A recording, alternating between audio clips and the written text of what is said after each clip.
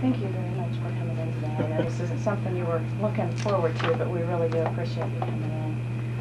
Basically what we've been doing is asking all of our veterans that come in if they just like to say this in their own words. We have a few questions we can ask if you like. Mostly what we like to know is what branch of the service you were in, how long you served, where your tour of duty was, if it was stateside or otherwise, what your primary duties were, any thoughts and feelings, any comments that you want to make. So if you just want to start out with your name and branch of service, we can go that way. I was in the Army. You want me to go through like where I went in basic training and whatever? Yeah, if you'd like to do that, that'd be great. I took basic training at Fort Gordon, Georgia. Went to AIT at Fort Jackson, South Carolina. NCO school at Fort Benning, Georgia. And Fort Polk, Louisiana after that. And then went home and flew out of Fort Lewis, Washington to Vietnam. And what year did you enlist? I didn't enlist, I was drafted. You were drafted? I was drafted even before the lottery. Were you? Yeah, I didn't have a lottery number. I was drafted in 1968. Let's see.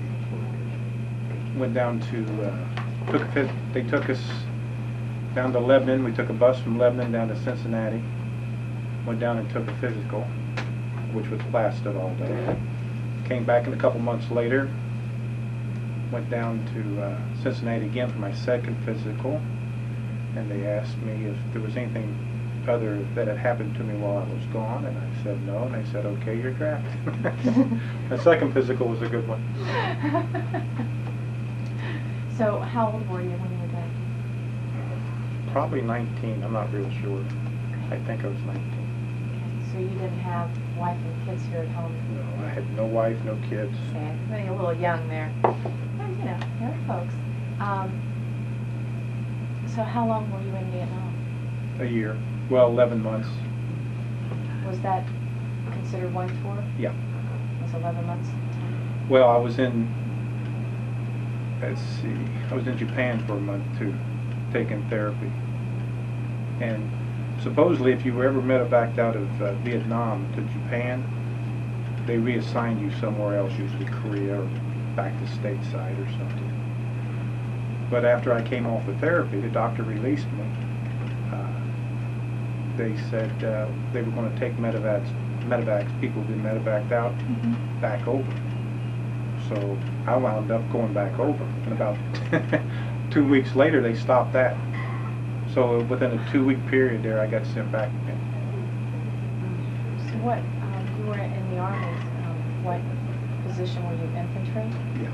Okay, so you were wounded in combat? Yeah, twice. Twice.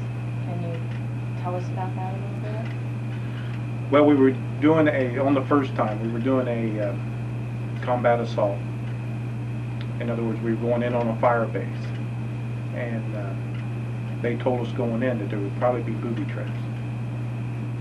So we landed, got out, and we were walking around looking for booby traps, and I found one. So I went and told the lieutenant that, I found one. He said, well, mark it so nobody knows to go into that area. So me and another guy were marking the area.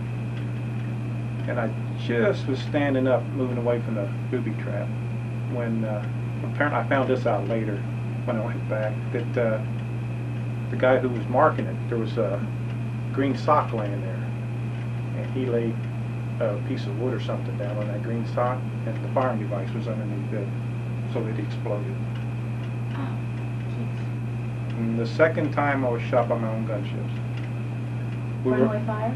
Yeah, we were on we received sniper fire, and we were on the side of a riverbank. And I don't know if the CO called in and a chopper came in. Now, whether or not the chopper messed up the location of us and the sniper, I don't know. But he came in with 79 rounds along the riverbank. That's 79. They're like little grenades. Did they shoot from a gun versus? From a Cobra. Cobra has 79 rounds, miniguns, and rockets. And he came along the riverbank. So he They told me he wounded 7 or 8 and killed 1 guy.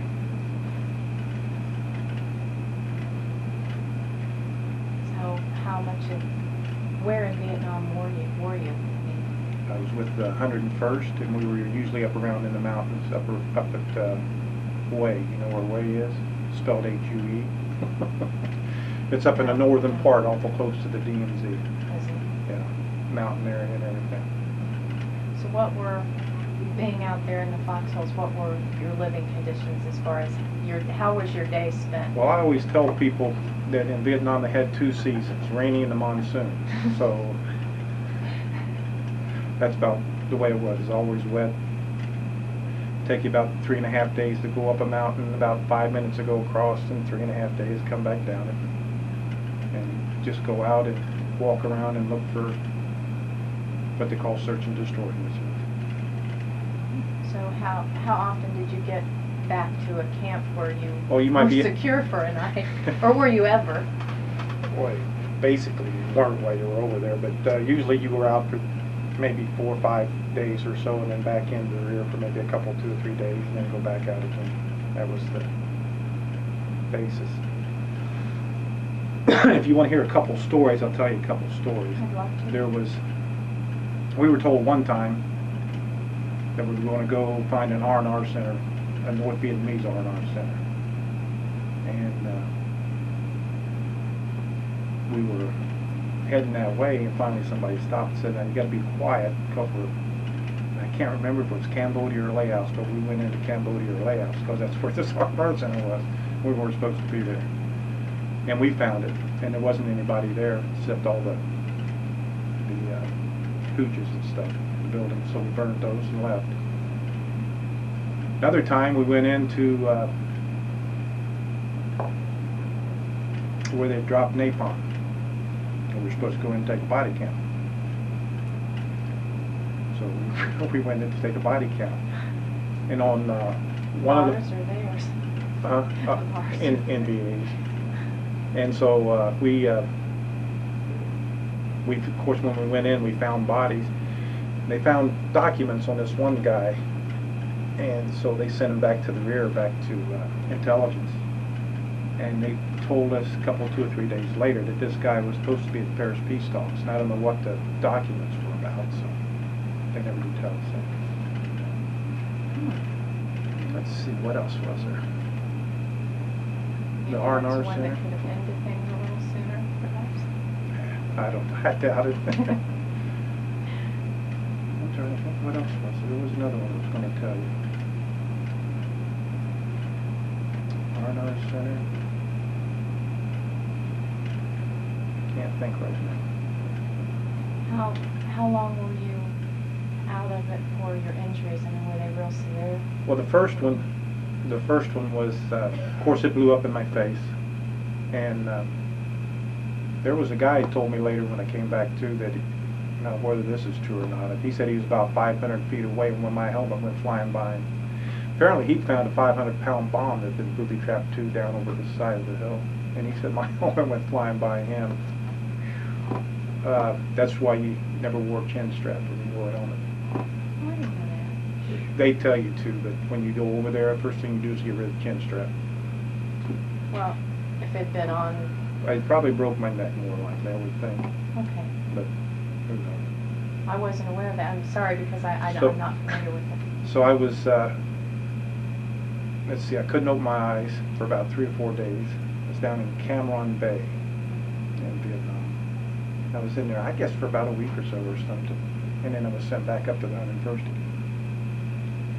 And then, like I said before, the second time, I was in Japan for a month taking therapy. I had shrapnel in the elbow and in my back.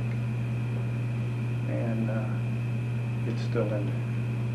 They didn't remove it or couldn't? They didn't want to go in. They figured they did too much damage trying to take it out. Supposedly it's still in there.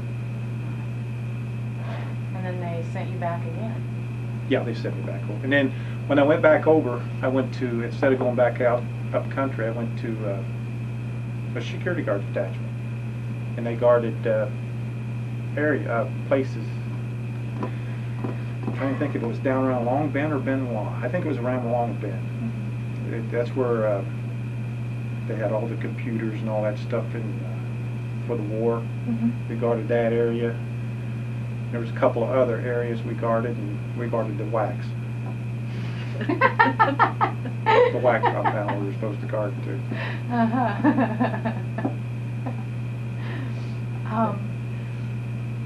So how long after they sent you back the last time were you there before they sent you home? Well, probably, let's see, probably 4 or 5 months. Right. Yeah. So you got discharged in February. 70? Yeah, February 12th.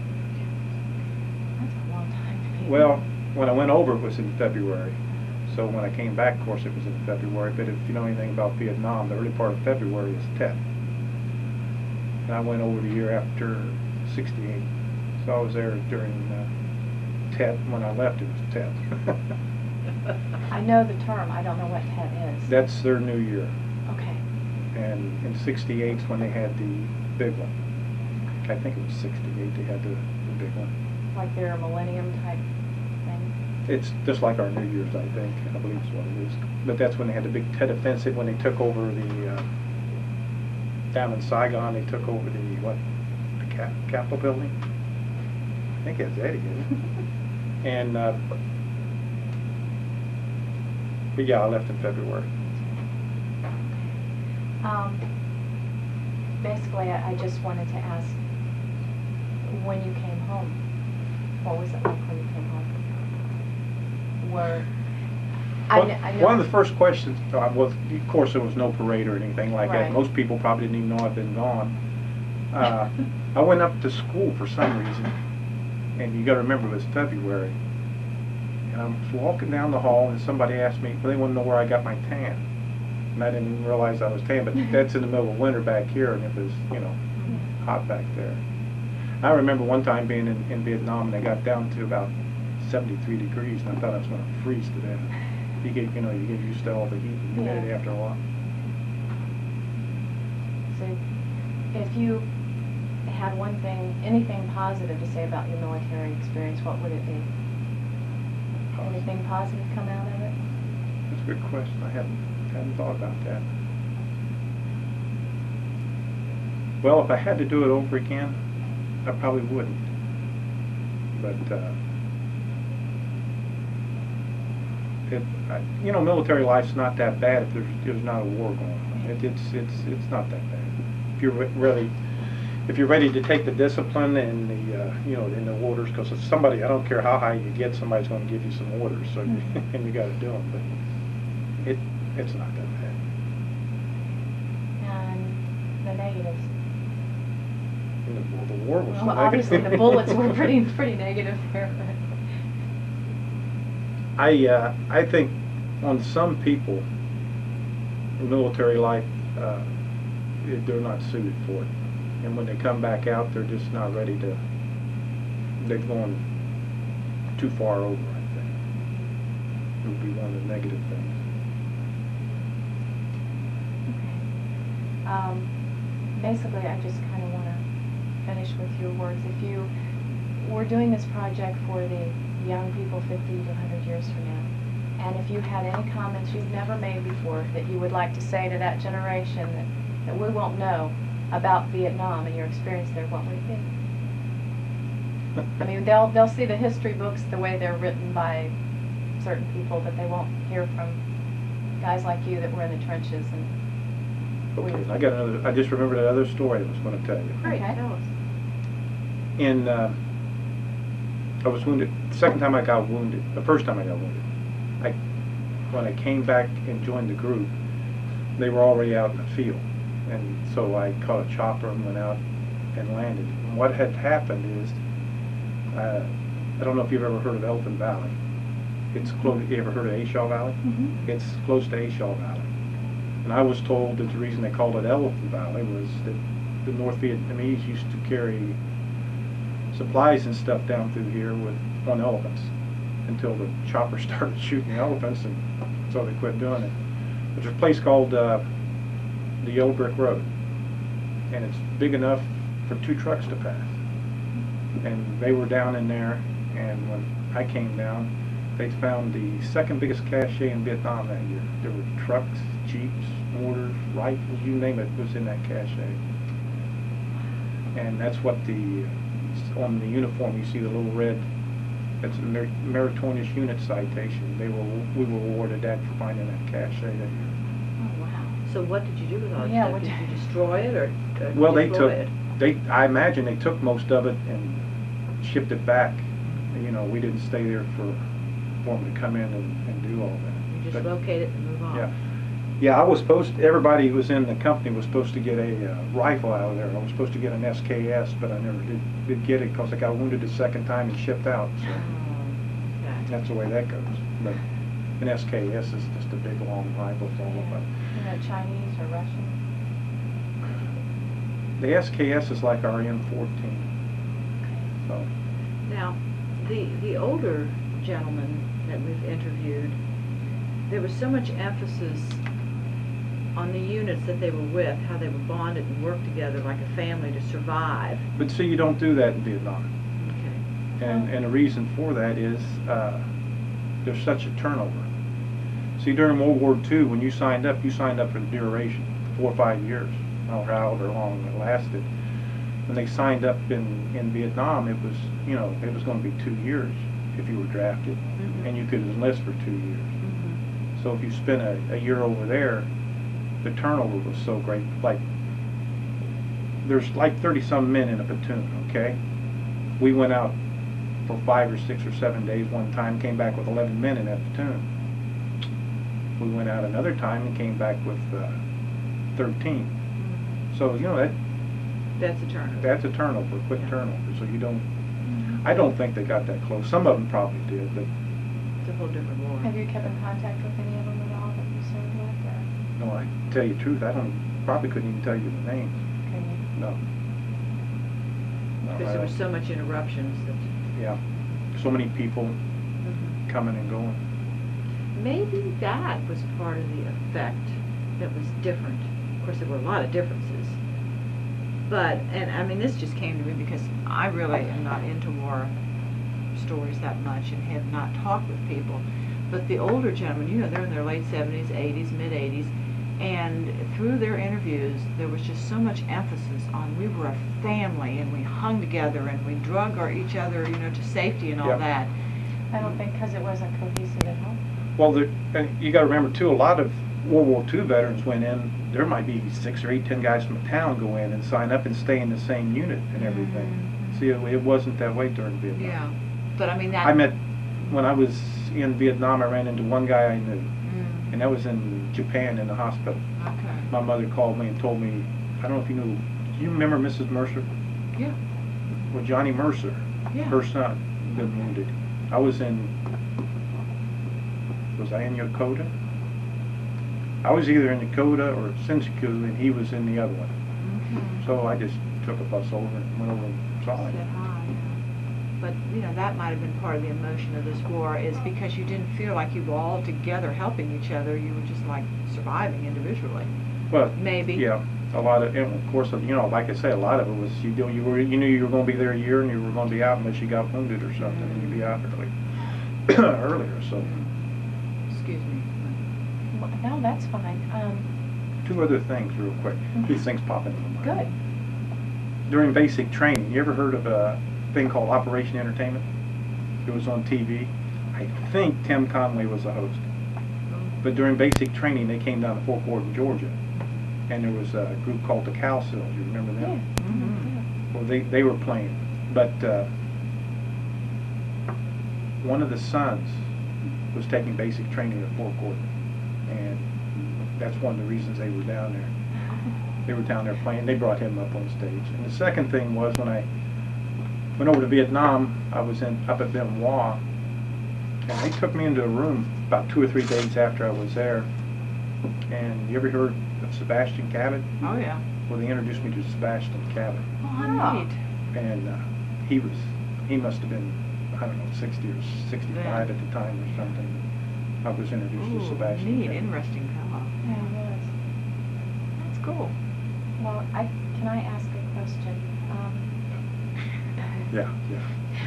My brother-in-law was in Vietnam, and one of the things we've had a conversation about was being out there in the foxhole. How was what was going on at home affect you? As far as everybody here being so separated and the nastiness going on. I didn't have time to worry about that, really. Did you hear about? I mean, did it get back to you? Did you? I can't really remember hearing much about what was going on back at the state. Well, of course, everybody knew there was protests and stuff going on, but from whatever, I don't remember that. I don't remember anything about that kind of stuff going on. Okay. I know he said in his area that it was a morale killer, and I didn't know how it affected other people that way or not. I don't remember paying much attention to it, really, to tell you the truth. Okay. Another big event that I remember, like I say, things pop into my mind. I told you about the '68 Tet. Okay. The North Vietnamese took over Hue too. Hue's the imperial city. It was the capital of Vietnam before it was divided. And they took over the imperial city, and they had it for a while. So in '69, after the Tet, after that Tet, the Tet Offensive, they went in and they found massive graves. Thousands of people were missing from Hue, and they finally found. Now, whether or not the news about that got back over here or not, I don't know. You heard so much about Chu Lai, but they found thousands of people that had been buried and killed. Half one Hue was taken over by the North Vietnamese. How do they hide something like that? I mean, I would think when you bury that many people, the Same way the Germans did. You just bury a deep hole and just do it deep. And you got to remember too that even though it was a safe, Hue was a safe area, there's Viet Cong and people that are still infiltrated in the city, and a lot of those people weren't going to talk and say anything. So. Did you find it difficult to tell North Vietnamese from South Vietnamese? I mean, somebody that was a good guy from a bad guy, so to speak. No, if they looked like they were North Vietnamese, I mean, okay. Let me tell you this: you had two kinds of zones in Vietnam: a free fire zone and a no fire zone. In the rear was basically a no fire zone unless you got fired at. When you're out in the boondocks, out in the boonies, anybody popped up in front of you, you shot. Now you could be going through a rice paddy and there'd be people working out in the rice paddy. Well, you didn't shoot them. But I mean, if you were up in the mountains and places where there weren't supposed to be people, you shot first and asked later. But even in the rice paddies, didn't some of them turn on you? Yeah. They could, Yeah. sure. But once you received fire, it was Katie, power the door then, because you just fired at anybody. Sure. And in the no-fire zone, now we had this happen to a lieutenant. We were back pulling guard duty, and one of the guys said, I just saw 3 guys go across. This is night, and we got starlight scopes, and we're watching. He said 3 guys just went over there and stopped. So he took the starlight scope and looked at. He saw them, so he called back in and could see where you're in the no-fire zone, so you can't shoot at them. And he asked for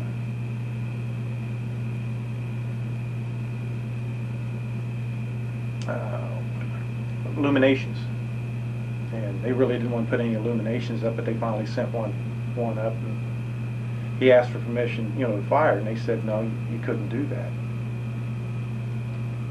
So he came back, and the guy was standing next to him. He said, an M79 grenade launcher, it opens like, how a shotgun opens? Well, you open it up and you push in a shell, and you fire the shell, and a grenade will go out. So he said, hand me that, and anybody's going to get in trouble will be me. And he fired a grenade out there, but what it looked like they were doing, it looks like they were setting up mortars to shoot mortars. So he shot and the next day he was called up in the shootout for what he did, because it was a no-fire zone. But they were wrong being out there. Since they never did find any mortars or anything out there, couldn't prove it. And then I think, if I'm not mistaken, the illumination caught a house on fire, and they got in trouble for that too. So Oh, boy. But that's the kind of war it was, you know. Is there anything else you'd like to say in closing? Or Future posterity? generation. Yes, sir. Well, Vietnam. In 19, That's part of the, uh, whoops.